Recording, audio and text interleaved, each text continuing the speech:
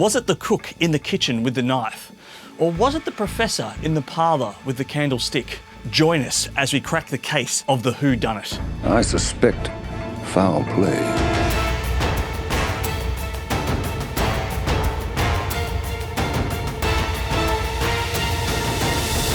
Knives Out, a new whodunit by filmmaker Ryan Johnson, uses a great ensemble cast featuring the incredible Daniel Craig and my personal favourite Jamie Lee Curtis as he crafts a new take on the classic genre.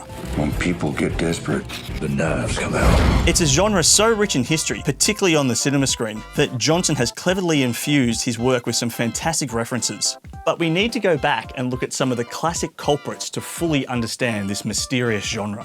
According to Merriam-Webster's dictionary, the term whodunit was coined by News of Books reviewer Donald Gordon, who in 1930 reviewed the detective novel Half-Mast Murder. Whilst the whodunit has been a constant narrative style within literature, it really leads back to the work of Agatha Christie. Christie literally wrote the book on the whodunit genre, and her marvellous works of fiction have entertained generations both on the page and via many on-screen adaptations. The first filmic adaptation of Christie's work, The Passing of Mr. Quin, was a 1928 British mystery directed by Leslie S. Hiscott.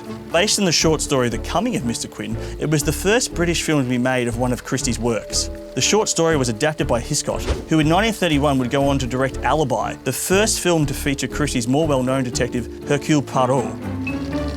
Whilst Christie has created so many classic characters, it is really Hercule Poirot and Miss Marple that readers and viewers have connected with throughout generations.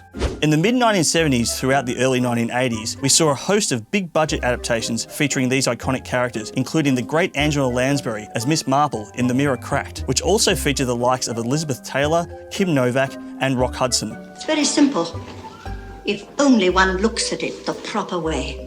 Hercule Poirot, the world-renowned private detective, has been played by a number of performers, including Austin Trevor, John Moffat, Albert Finney, Peter Ustinov, Ian Holm, Tony Randall, Alfred Molina, Orson Welles, David Chusset, Kenneth Branagh, and even John Malkovich. Kenneth Branagh perhaps wins the award for the most impressive moustache from his 2017 adaptation of Murder on the Orient Express. A passenger has died. He was murdered. The film, also directed by Branagh, was a box office hit and has now paved the way for Branagh to once again don the stache as Poirot in his new version of the classic Death on the Nile. The 1970s and 1980s also saw the whodunit framework utilise gimmicks and black comedy to bring some levity to the genre. Murder by Death was written by the great Neil Simon and spoofed the traditional country house whodunit. The cast is a great ensemble of British and American actors playing send-ups of well-known fictional sleuths, including Hercule Poirot, Miss Marple, Charlie Chan, Nick and Nora Charles, and of course Sam Spade. You pit your wits with me, little man, and you won't have your wits to pit with, know what I mean? Sam, you're spitting on the nerves. Sorry, old lady. It's a very good Neil Simon satirical comedy with an all-star cast, including Peter Falk, David Niven, and Maggie Smith. Oh, that's tacky. That's really tacky. Unfortunately, there is also a truly questionable, culturally insensitive performance by Peter Sellers, which is probably best left forgotten. It also features a rare acting performance by author Truman Capote. See you at midnight. Toodaloo. Another key whodunit is Clue from 1985, based on the classic board game Cluedo. In keeping with the nature of the board game, the theatrical release of the film included 3 possible endings, with different cinemas receiving one of the 3 endings. You never knew which ending you were going to get as you sat down in your cinema seat. The film's home entertainment release saw all 3 endings included. I am your singing telegram. Whilst the film was an initial box office flop, it has earned a considerable cult following because of this very rare way of dealing with the whodunit, and chiefly also thanks to the fantastic central performance by Tim Curry as Wadsworth, the nefarious butler. I suggest we take the cook's body into the study. Why? I'm the butler. I like to keep the kitchen tidy. But perhaps my favourite whodunit is the werewolf whodunit. The Beast Must Die from 1974 follows a millionaire who invites a group to spend some time in his rural English mansion before he reveals that one of them is a werewolf and must be killed. You must track down the werewolf.